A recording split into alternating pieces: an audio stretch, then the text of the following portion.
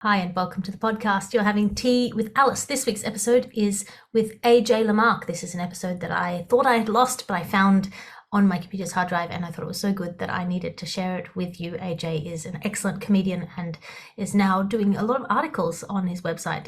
I think they're called AJ Remarks, possibly, but go and check them out. I enjoy AJ very much as a human being and as a performer and as a hub for community, which I think is a really valuable thing to have in comedy. There's not a lot of comedians who are community minded, so when you come across them, it's a real delight. What else? I thank you everyone who supports this podcast via Patreon. Patreon.com/Alice Fraser is a place to go. I do weekly salons. I do weekly book clubs, which involve no research. So the thing about book clubs is I will join a book club with the best intentions in the world and then fail to read the book. My book clubs are not like that. We read something together at the beginning of the book club and then we discuss it. So it'll be a short story or a poem or a small video or something like that, a piece of a larger text, and we engage with that. So it's a book club for people who have not got a lot of time or who have ADHD or otherwise haven't got the time to do homework for a book club. And I also do my weekly writers meetings where we sit and we write together and then we have a workshop. If you enjoy working with someone, if you're working on something and you would like to have a group of people who are supportive, you can do that. I also have consultations. If you go to calendly.com/tea with Alice and book in a consultation, I do one-on-one consultations for whatever your creative thing is.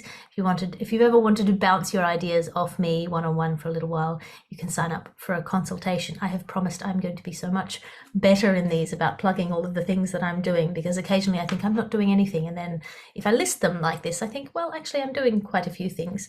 My show Twist will be at the Edinburgh Fringe for the whole of August. It's a show that I'm very proud of, and I think it will be the last solo show I do for a little while. So if you've wanted to see me, if you're in Edinburgh, Twist is the place to do that. That's at the Underbelly, Bristow Square at 8:30 p.m. And I have a book coming out. I have a book. It is called The Dancy Lagarde Reader. You can go to unbound.com if you would like to pre-order a copy. It is funded on pre-orders, and I think we're about 170% funded. So you do not need to support this. It is already going to happen. But it's if you would like a copy of the book, The Dancy Lagarde Reader. It is a real book about an author that I made up for a fake ad section on a podcast that I had set in an alternate dimension, that it was a spin-off of The Bugle, a podcast known for its bullshit. And I just am delighted at the fact that something that's so concentratedly silly that it has manifested into reality. Basically, it's incredibly joyful for me. And if you would like a copy of that, that's unbound.com. And then you type in Alice Fraser, because I guarantee you, if you try to write Dancy Lagarde, you will spell it wrong the first time. Mainly because it was an audio joke, and I gave Dancy Lagarde the spelling that made me laugh when I was reading it, and now I have to actually put it into the world. That's all the rambling. I know it's a lot of plugging, but I hope you enjoy listening to the conversation that I had with AJ LaMarque, even though it's a little bit older. I think I was jet lagged at the time, but and I'm just coming off not doing Tea with Alice for a while, but I still think it's a fantastic conversation. I hope you enjoy listening to it as much as I enjoyed having it. I will talk to you again next week. You're having Tea with Alice.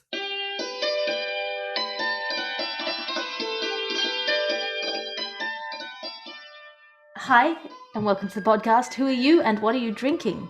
My name is AJ LaMarque, and I am drinking Earl Grey with milk, which is pretty scandalous in the tea community. Yes, because bergamot and milk are not natural bedfellows, I would say. No, it's a fruity tea technically, but it feels like a black tea to me. It has all the qualities, but a slightly sweeter taste, yet apparently it's not allowed. But I break the rules because I'm a rebel. Look, I am a tea fan and not a tea snob. I am a big believer in drinking your tea however it suits you. You know, I feel like there's a certain point at which you can take an enthusiasm for something into sort of judgmentalness of other things. Yes. And I just feel like that takes the fun out of it. All sort of fandoms that are exclusionary sort of frustrate and confuse me, because surely if you like something, you want as many other people to like it as you do. But actually, I don't think that's true of some people. Some people want a sort of an exclusive club where only they get to enjoy things and only the things they enjoy are the right things, you know? I think it's an interesting analogy to like bigger power structures, right? Because if you think about a population, you have people in charge, and they generally either have more wealth or in some cases have more knowledge, and knowledge equals power. And I think when you have community groups, whether that's around a show or like a sommelier wine vineyard thing or a food, whatever it may be, you have the same power structures where if someone knows something more, I don't know, there's a sense of ego that's associated with being able to demonstrate said knowledge and inform others, like the prescriptive way of doing things. I think maybe there's a parallel between those two. Yes, it's sort of perpendicular to another thing that I find very frustrating, which is the inability for people to have something be normal without it being normative. So that you can say, like, why can't you just say, most people are like this, but some people are different? And that's like, it's almost like if you say most people are like this, then you automatically are judging anyone who's not like that, rather than just going, oh no, here's an outlier, how exciting. I love an outlier. My favorite, like I like to think of myself as an outlier. I enjoy an outlier. I don't see why an outlier is sort of a refutation or a rejection of the main body of the thing. Like it's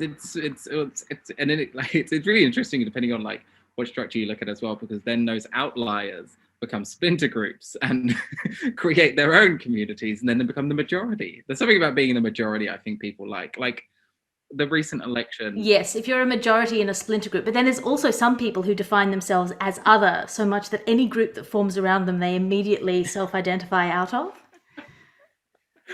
It's again the power that comes with the ability to say I'm not with the norm. But I agree, like there are things that the majority of people do that some don't, but majority of people will do. I think there's always an exception. Well, there's mostly an exception. Like most people will use their lungs to breathe, but there is a small population of humans who through whatever circumstance are not able to do that. Maybe they're on ventilators, maybe they have assisted breathing, but generally most people will use lungs. And yeah, it's right. It's even a bit taboo saying that, because you're like, well, is that an ableist comment? Am I being ableist? It's like, no, it's no, because it's only if you think it's only if you think it's bad or wrong to breathe in a different way. So that's the kind of the frustrating thing, because the moment you say something's different, people assume that means it's bad. And that's one of the things, like particularly in Australia, that I find very frustrating, that anything that is different, like I occasionally get people coming to my shows and saying, oh, what a great show. It's not like anything I've ever seen before, but I liked it. As though it weren't different on purpose, like as though that wasn't the point of it, like that like I accidentally did a show that was different from other shows. And I realize this sounds very egotistical, but like I find it so frustrating that the idea that it's different is necessarily something that I need to be excused for rather than applauded for. Yes, it is. It's very interesting when it comes to shows, because ultimately, depending on your philosophy of thinking, either every idea is brand new or no idea is brand new. I mean, all stand-up shows will relatively be the same. We rely on the same mechanics to make an audience laugh. It's just, I suppose, the order and the pattern and the rhythm and the other accoutrements in which you package that. But ultimately, there's an element of surprise and tension and build-up. So, i.e., most stand-up shows which define themselves as stand-up, not different at all. But what they experience is different, or how they feel is different. And I think that's much more introspective than it is about the show itself. It's like, your show made me feel like this, and that feeling is different from me. Therefore, it is different. Yeah. Speaking of which, what are you wrestling with? What have you been wrestling with? What am I wrestling with at the moment? I'm in a not a limbo. It's a good limbo. I don't know what the good limbo version of that word is, but I'm tussling between a lot of good opportunities that have come up and are coming up this year, but not consistent enough to get some sort of base financial income to be stable. So I'm in this in between bit where it's like I've got a lot of things planned and going here or doing that thing, and I'm away for that day or that weekend doing projects, which is awesome, and I'm very privileged and blessed to have that going on in my life at the moment. But also, I need a job around that to pay things called bills and utilities and all of that stuff as well. And so I've been in a bit of a thing with my job at the moment and chatting, being like, hey, I've got all of these things coming up. Can we talk about flexibility and how we can make it all work? And they've been really great about it. But it's, that pressure to be like, oh no. Like, yeah, it's starting to feel like this isn't your priority, and you're going, yes, it isn't. That's why. But also, keeping body and mind together is your priority, right? You've got to pay your bills. You've got to eat some food. So, how are you kind of negotiating your way through that? Like, what's your hope for that? I'm hoping that as more of these things eventuate and become in the world, because as you know, there are things that you do sometimes and they don't become in the world for a long time or a while. And you're like, well, if it did, this would be very helpful to get other things. But so they're kind of, hopefully they'll eventuate through the course of the year, and that will help build a bit of momentum towards getting more of those things. And I believe I'm now just a greyhound in a race to the rabbit, which is financial disability in the arts. But I'm kind of navigating that and just kind of being honest with all stakeholders involved, let's say, because my job of they reached out to me because I work in arts marketing. So they've been really great at being like, well, we wanted you for a reason. So, it's not just like some jobs has gone, oh, you've applied for it, we can get you and 20 other people to replace you tomorrow. So we have no need to want to work with you. So there is that element, but they've been really supportive in just kind of being like, okay, we totally understand that, like, as an artist, you want to go and do these awesome things and go with your career and help it grow. But also, if you can offer us a baseline consistency, we can marry the two. Yeah, it's a very tricky thing, particularly in Australia, to build a career that is solely in the arts. And well, you can do it in the arts, but if it's solely the thing that you love the most, I think that's a very difficult thing to do. And it's one of the reasons why I'm currently in the UK. But you left the UK and are in Australia. I did. So how are you? How do you feel about that? I was actually talking to someone recently about this, a producer, because they had a similar question. They were like, why? Everyone from Australia goes to where you're from. Why on earth would you be a comedian and go the other way? But it's interesting because I think what Australia lacks in size, it also lacks in size in terms of the career ladder, which means that competition is smaller. First job I got, not a comedy job, but a general administration office job, was as a graduate for the Opera House in Sydney, the Sydney Opera House, which is, a massive institution, very prestigious. A lot of people would have gone for that. And I was very fortunate enough to get it. But the equivalent in the UK, like if I went to the Royal Albert Hall graduate program, I would be competing against Oxford's finest, Cambridge's finest, all of the top universities in Europe. All of those graduates would have been en masse applying. My chance of getting that role, slimmer. So there is this sense in Australia that, yes, it's a smaller population and there's less competition, but the chance, if you can get on the ladder, it's easier to get up the ladder to slide across, from my perspective at least. So that's a really interesting thing. I think what you are benefiting from in part is outsider privilege, which is one of the reasons why I'm over here. So we've kind of both swapped and got the same thing. By proxy, which is, in Australia, it's not, the problem is that the pie is a smaller pie. It's not just that you're a bigger fish in a smaller pond, but there are fewer people going to events, there's less funding in the arts and so on and so forth. But as you say, you are, you're an exotic outsider and I'm an exotic outsider here. And so there is something where people can't pass you. And by pass, I mean PARSE, like they can't read your history in your face or in your accent in the way that they would be able to in your home country. And so you get a sort of a pass, PASS, where they give you the benefit of the doubt, which is sort of what you need in any job situation. All you need is the benefit of the doubt, and then you can present yourself as you would like, rather than walking in and opening your mouth and they go, oh, I know who you are. That's sort of the last thing you want. Or, I mean, some people, that's their whole shtick, right? Some people, they want to step on stage and be immediately recognized for what they are, and that's that's their thing. But for me, certainly that's not what I want. I'd rather kind of be taken on the terms of my work rather than on who they think I am and whether they think that thing is funny or not.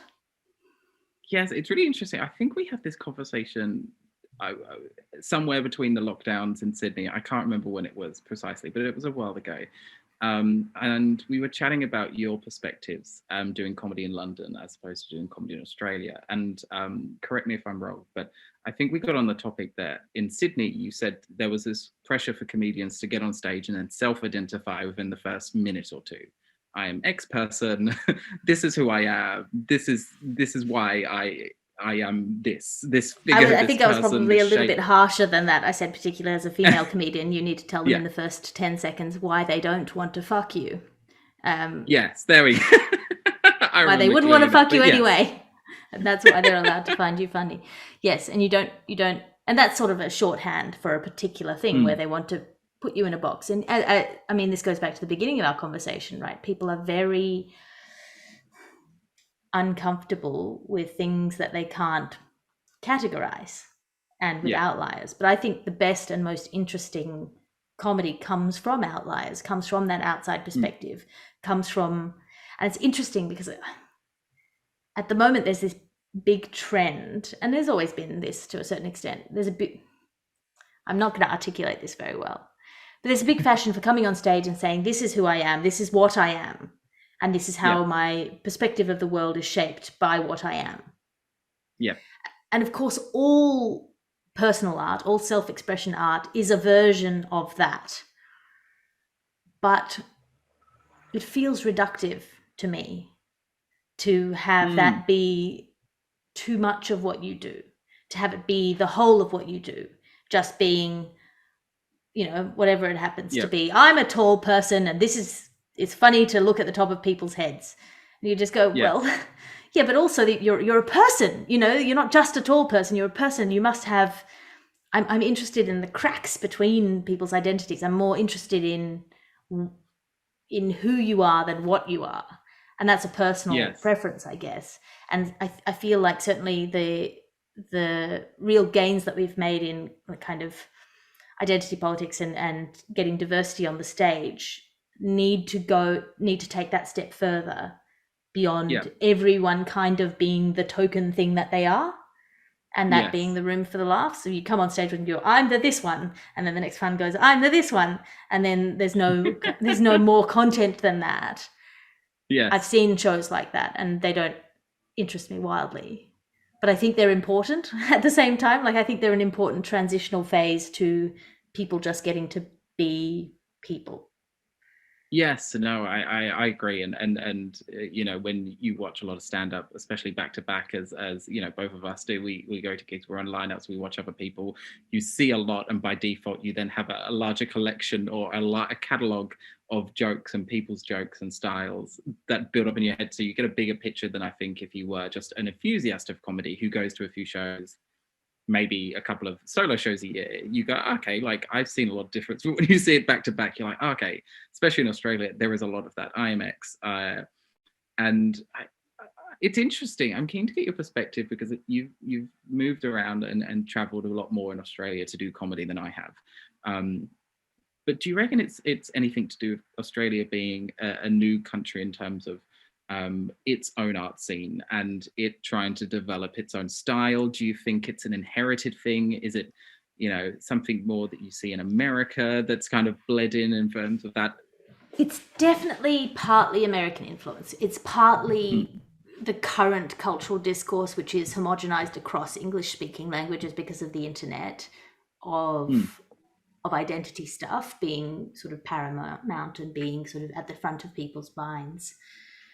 At the same time, I feel like comedy and all art, to a certain extent, is a dialectic. It's a back and forth. It's a conversation between itself. So you have take my wife jokes, and then the next person comes along and goes, I'm not going to do take my wife jokes. And they do the next thing. And then they do whatever, racist accent jokes. And the other one goes, I'm not going to do racist accent jokes. I'm going to do, isn't your suburb shit and my suburb shit jokes. And it kind of goes back and forth. And ideally, ideally it goes forward as well. It's kind of a zigzag forward from Yeah. one to the other. And obviously that's a massive like oversimplification, but I feel like the way it is at the moment is simultaneously, as somebody, as you say, who watches a lot of comedy, I'm kind of tired of it. But that's because I've seen a lot of it, and I feel like it's also very important to kind of get it out of the way. That's going to sound really rude to a lot of really good comedians who are doing this kind of work very well. But like, I feel like what's next? I'm interested in what's next without putting any value judgment on what is present, because I also think it's important. I want to see what's next. I want to know what the answer to this is, and I hope it's not like right-wing offensive jokes. I hope that's not the answer. Please let that not be the answer. I hope it's something more kind of rich and full and interesting and dynamic and individualized, and less about groupie stuff and more about, I don't know. I think it will get there, and I see it, and I agree, and I understand both perspectives as someone who started off doing that type of joke. There is like a process. It's not a factory line, because that makes it too like mechanical, and it's exactly the same experience for everybody, which is not. But there is this sense that, you know, you start off with, I am this person, here is my if you're not bigoted, like, here's the punchdowns on myself that I am allowed to do, which society says I'm allowed to do at the moment, and not, you know, get into any trouble. So that's what I do. Yeah, and that performs this function of going, I am non-threatening. I am this threatening other in your mind, or you assume in a mainstream audience. I am a threatening other. Let me de-threat myself. You know, like, I'll show you how I'm funny and not scary, right? That's a nice initial thing to do, and important to get you in the door, right? Then, sorry to interrupt, carry on. No. It's true. It's a social play as well. But I think, and again, I think overall, because of the lack of funding in arts, in particular, especially with comedy, and people go, oh, you know, there's a lot of money in comedy. It's true, and you can have money, but there is a difference between funding and development and being able to put on a show and get money. And the thing I see, because I've sat in the theatre spaces a lot through virtue of being in arts marketing and arts administration, I've worked for different theatres, and that's my day job, my bread and butter. To see when people get money to develop ideas, and they bring people in and they workshop and they point at logical fallacies, they point at narrative structures that don't go as far as they could, or maybe go too far and need to be refined. There's a whole process in which playwrights and actors and the like in the theatre world in Australia get to experience and develop that part of their brain and go, I can write a story about this, but what is the meaning? What am I doing? That is what I'm being taught every day by going to plays and being a part of these developments. But in the comedy world, we don't get development. We get write a show, put it on and figure it out. By the time you finish, it'll be great and we'll move on. And so you don't get this like collaboration between artists about going, what do you feel about this subject? Why this? How that? And so we rely on ourselves to make very observations within our perspectives, and identity is the topic du jour, pretty much 9 times out of 10 on media, on the news, on Twitter. And so you have those filters, and it's very difficult to move them out the way to be like, how do I feel that FPOS are taking over and I can't pay with cash anymore? I've never really thought about that. I haven't really had the time to think about that. Let me analyze that. How do I feel personally? Do I like cash? Like, you know, we don't do that. We make a joke about, like, you know, I'm a millennial, so, you know, of course it beeps. Like, you know, that's a terrible thing, but you understand what I mean. It's, you go for what's there because that's all we have in our periphery vision and our center vision at the moment. So this is one of the things that I think is really fascinating, because on one hand, all comedy is a kind of a conversation with the audience, but really, mostly, you're asking them, is this funny? How funny is it? Or possibly, is this like uncomfortably funny? You might be asking them that. And then they answer by laughing or not laughing, as the case may be. What I think is there is more room for us to talk to each other about each other's shows, and to have spaces for that. And I know that certainly that's something that you're interested in, right? Oh, I absolutely adore that. I'm very stimulated by the idea of questions and thought provocation, and I think devil advocates is just lazy critical thinking, but just poking holes in ideas and going, why did we establish this, or why do I do that when I get on stage, or Yeah, you don't want a devil's advocate. You want a mechanic to come and kick the tires. Someone who's on your side, not on the devil's side. Yeah. Someone who's on your Yeah. side to come and check the oil and kick the tires and see if your thing drives. I think you want that feeling. You do, and it's a conversation, as you say, between the audience and in lieu of an audience when you are writing by yourself or you're doing the work before you get on stage. The next best thing is your community, and that community of comedians who understand the art form enough to be like, in this position, I am playing audience, and I don't understand that word you used. That word is complicated. That reference is too niche for me. I don't actually come from here. Ergo, I'm not going to laugh, which makes you feel like the joke isn't funny. But the joke is funny, but maybe changed to, all of those things. We swap out and we go, I know your style. I know that you could push this further, and we play that role. Speaking of which, the other night you did a set and you said air controlled, which is not what we say in Australia. We say air conditioned. It creeps out. Okay, like sometimes a lot of people are like, oh my god, you're not from Australia, until I say something like London. And then they're like, there it is. London. But it's true, those things that you don't pick up, because why would you? If you're sitting by yourself in a room, you're like, that makes sense. You don't sit and comb for every word going, is it the right word? Is it a or an? Is it? Well, also, it's one of those things kind of on a broader spectrum. Is one of the unfortunate things about what you see with, like, let's say, centrist podcasters. Over the last few years, there's been this like pipeline developing between centrist podcasters sliding towards the alt-right or sliding towards QAnon or sliding towards the right wing, right? And they blame it on the left becoming increasingly irrational. But I think what has actually happened is you have this group of university-educated men who are used to this idea of a dinner table conversation or a debate where you make your points and then someone else comes in and picks holes in it and you together move towards the truth, right? That's the whole point of that thing. But now they will say their point and it has holes in it, as all points do, and has blind spots, as all points do. And instead of a man with a pipe going, oh, interesting point, Robert, but I think you have thousands of people of varying levels of sanity coming at them en masse.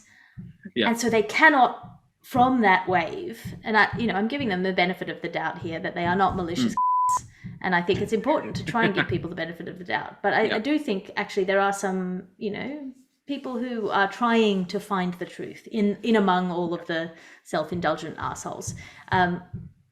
They can't pick out the counter-argument from that mass of violent, angry criticism. And so they become increasingly entrenched in their flawed position because they have no good faith interlocutor who'll pick it apart.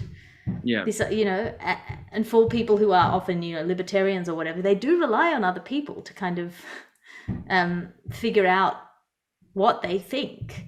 And so they get this massive wave of criticism that they cannot understand. They can't deal with it. They can't process it. They can't pick out the good points from the hate.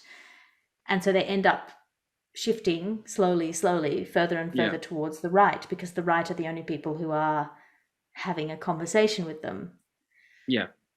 And I don't want this to excuse what I see happening with a lot of them, which is that they get very entrenched, very defensive, very angry, very radicalized.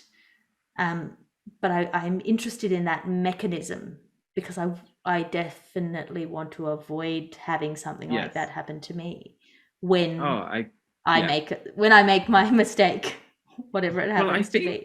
I think there's just this I think it's always been there, but I think especially in the last 20 or odd years, maybe more so, but there's most of the years that I could speak to, there's a move that being wrong is the most heinous social crime one can commit. And it doesn't matter about the length in which you were wrong. It could be that you thought Harry Potter's wand was this wood from the series, and it was actually this wood. And then now the community all jumps on, like you say, and then they go, "Oh, it's actually blah blah blah. Your tweet was wrong." And we're conditioned to react and go, "No!" Like we're shocked into fight or flight, or I think there's a new one. There's fight. There's 4 of them. There's fight, flight, freeze, or feign, or something like that. Fawn. That's it. So we're forced into that like survival instinct where we go, no, actually, I don't. If you read the first book, it doesn't. We go fight it. We hide. We delete the comment. But we panic, and in that moment, you panic. Your mind shifts. I presume there's some neuroplasticity involved when you have those survival instincts to then go, yeah, which way am I shaping? And how does that, if you do all of those steps on a daily basis, especially as someone in a public spotlight, you're going to be moving in one direction or the other. Well, I mean, if we're going to be really crude about it, the more afraid you are, the more conservative you become. Mm. Yeah. And I mean conservative in the small c sense. You want safety, and safety is not changing ideally. We go to somewhere safe and non-risky. It's very true. I think it's interesting. The other feature of that is that all time is one-dimensional on the internet. So the passage of time is erased, and you can be wrong at any time in the past and have it be present right now and having to deal with it right now, which I think is deeply unnatural. Like there's something seriously bad about that. Not that people shouldn't be held accountable for things that they have done in the past, but that something that you said 10 years ago can be presented in exactly the same font, in exactly the same brightness, in exactly the same way as if you said it today. Yeah. And you have to deal with it as though you said it today, which is... And you have to process it. And it's a horrific feeling. The internet is a terrifying place. It's almost impossible for us to understand that someone else has a different set of information. Yep. Like we are used to standing at the top of the same hill, looking at the same landscape and having an argument about what we both see. You say, I think that tree is a wolf. I say, no, I think it's just a shadow. And we can have that discussion. We can have that conversation. But it's almost impossible really to get your head around the fact that somebody could, with the best will in the world, be living in a completely different fact reality. Yes. They can have been told different things by their parents, different things by their teachers, different things by every single piece of information that they've encountered on the internet. They could be listening to different podcasts, watching different television shows. They could have you can have no common reference points in a discussion and think you're having the same discussion. And so it's very, very tempting to see ignorance as culpable because you just cannot believe that they don't get it because you assume they've seen the same things as you have. True. And it's like how we prioritize as well, even within those who have half the Venn diagram of ourselves and see half the picture that we do. They don't prioritize things in the same way. Someone is, someone can be very people-centric. They think about the other person's feeling as the foremost thing, and they care little for the factual, scientific correctness of it. Where someone goes, I was brought up in a very academic environment, I prioritize being correct. And if that makes you feel bad, I don't actually care, or I care very little, but my priority is this. So there's like so many layers on top of all of those things. But yes, like, I saw a poster on a bus one time when I first moved to Sydney, and it was like, please don't push people. And I was like, who needs to be told not to push someone on the bus? And I was like, maybe some people do need to be told not to push someone on the bus. Just because I know not to push someone on the bus doesn't make it universal information, apparently. Yeah, well, my big one was I went into a bathroom and they said, smoking may harm your unborn child. It was just a poster that they had in the bathroom. And I was like, who needs to be told that now? In 2015, I think it was. Who needs to be told this? I guess there must be, not just there must be people, but there must be enough people that you need a public information campaign. And then you have this moment of you're like, oh, I'm living in a different bubble, a different planet, a different world, I have to be more careful to, like in comedy, to build up the reference points that I can then turn back to explain things, to do the setups more carefully, not just rely on the punchline. That I need to establish my bona fides, which I think is a lot of what identity stuff is doing, is saying I'm allowed to make this joke because I'm this person, but in a more subtle way, be like, I care. So when I make this joke, you need to know that I care. Yeah. So that I'm not being mean when I make this joke. It's a joke that's coming. You need to kind of. I need to do those layers. I have completely dominated this conversation. I'm out of practice with Tea with Alice. I apologize. Where can people find your podcast and support your work? I released a new podcast called Floof with AJ LaMarque. That's spelled FLOOF, where I chat. Someone comes along with a particular interest or education or a particular specialty area, and I just chat about it because I find interesting things interesting. That should be on all podcasting platforms, and I'm AJ LaMarque. AJ LaMarque, thank you for having tea with me. Sorry for talking over you. It was a real delight. We also appeared on Wax Quizzical, Kyron Wheatley's podcast, with AJ being the improviser and me doing a quiz badly. Oh, you did very well. I will be on tour in London and various places in the UK, also in Edinburgh. Find me on @alliterative, ALITERATIVE. Where are you on Twitter, even though you don't use it? Instagram, that's the one. Yes, I'm at AJ LaMarque, LAMARQUE on Facebook and TikTok and Instagram. Yes. Oh, I couldn't do TikTok. TikTok was a bridge too far for me. It was a lockdown hobby. There you go. All right, thank you so much for having tea with me. Pleasure. Oh, do you know her or do you not? This Dolphin mistress we have got. Elsie Thompson, it is her name, and she helps the Dolphins at every frame. Lousy rifle doll.